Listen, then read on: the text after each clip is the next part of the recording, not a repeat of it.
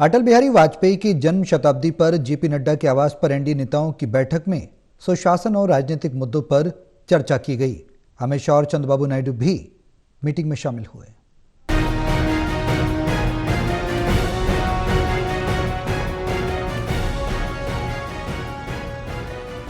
BJP अध्यक्ष JP Nadda के आवास पर आज राष्ट्रीय जनतांत्रिक गठबंधन एनडीए के नेताओं की एक अहम बैठक हुई।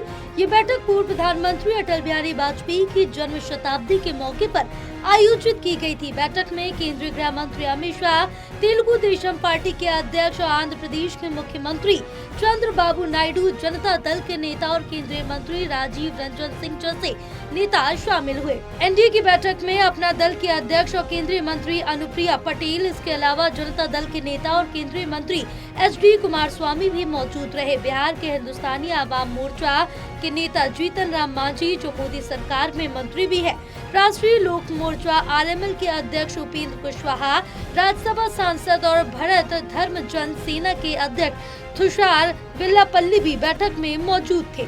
हालांकि बैठक का कोई आधिकारिक एजेंडा सामने नहीं आया, लेकिन सूत्रों के मुताबिक सुशासन और राजनीतिक मुद्दों पर चर्चा की गई। वाजपेयी सरकार के दौरान सुशासन एक प्रमुख विषय था और उनकी सफलता से पूरे कार्यकाल के लिए गठबंधन सरकार चलाने के लिए उनकी सराहना की जाती है।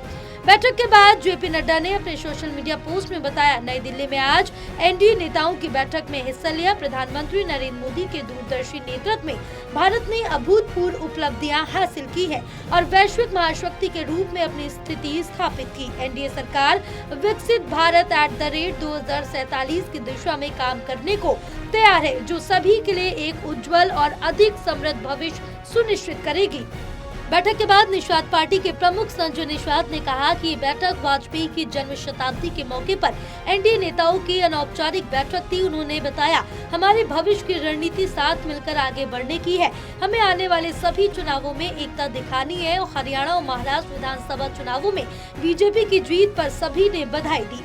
संजय निषाद ने कहा कि बैठक में इस बात पर भी चर्चा की गई कि प्रधानमंत्री नरेंद्र मोदी द्वारा किए गए सभी कार्यों को जमीन पर कैसे लाया जाए और चुनावों के दौरान लोगों से किए गए वादों को कैसे पूरा किया जाए। बैठक में मछुआरा समुदाय को आरक्षण देने का मुद्दा भी उठाया गया। निषाद ने कहा कि मैंने मछुआरा समुदाय को आरक्षण देने के मुद्दे पर 30 से 37 पन्नों के साक्ष्य पेश किए। यही चुनावी वादा था। वे हमें एक सप्ताह बाद बुलाकर इस पर चर्चा करेंगे।